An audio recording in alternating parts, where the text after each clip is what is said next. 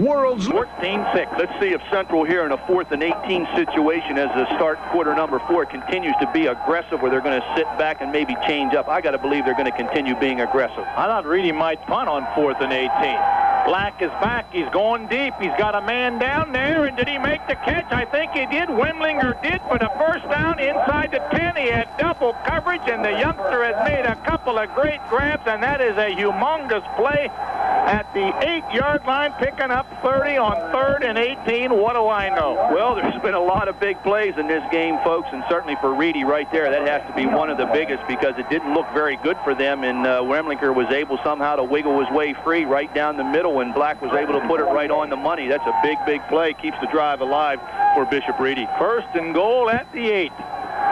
Double coverage, and Black just put it right where he had to.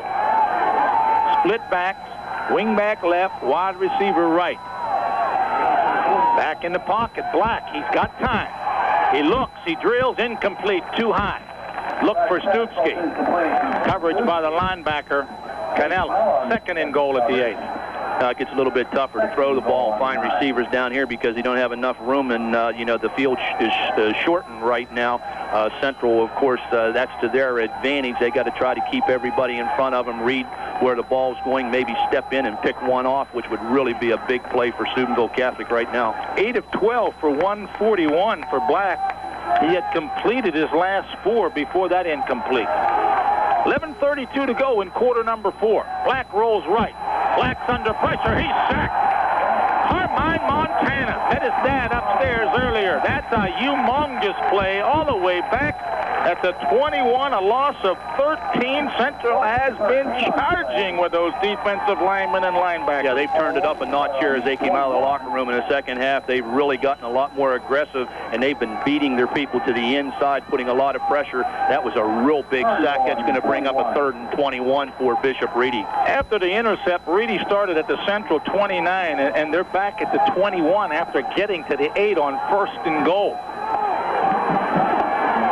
3rd and 21. Here they come again. Going to be a screen. They let him in. It's almost intercepted, tipped by Jason Angelico, and said, "Give it to me. I got 3 blockers in front of me." And then there's a late flag at the 17. Could it be an ineligible receiver? I don't know, but if Angelica gets it, he's got 3 dudes in front of him and only the quarterback, and Jason would have shown us his speed. Ineligible downfield. So that's going to be a penalty of, I think it's only 5. Central's going to take this or penalty, is it a loss of down? 2. Let's see. I think it's a loss of down also. 5 back to the 26. Because I wouldn't take the 5. I'd make it 4th down. But I think it is 4th down on a loss of down at the 26. They had 1st and goal at the 8. Has this game Bishop Reedy and ended up back at their 23. Yeah, the ebb and flow of the game has changed on a number of occasions this evening. Jason Angelica there, John, almost had a lineman's dream. He tipped the ball, almost came up with the intercept. Had he intercepted, I don't know if he would have run all the way. Maybe he'd have got caught him from behind. But nonetheless, he'd have got big yardage. Scoreboard clock says 3rd and 26. I got to decline that penalty unless it's an automatic that you have to take it. Let's see if it is 3rd and 26 with twins to the right. Back in the pocket, Black. There's Serafini chasing him. He throws deep. It may be intercepted in and out of the hands of Canella, intended for Holbrooks on a floater at the 10-yard line. Let's give Greggy Serafini a lot of credit, because even though he didn't make the tackle, he's the guy that forced Hall to run to his right. I really think he wanted to drop straight back and look for Remlinger again right over the middle. He forced him a little bit wide and threw it a little bit late down the middle. They're going to try a field goal. I don't think Keeper's got the range after watching him kick off, unless it's a fake.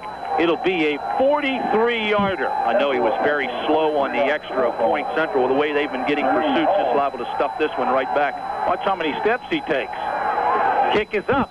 It's high enough, but it's wide and maybe a little short, and Central will take over at the 20-yard line.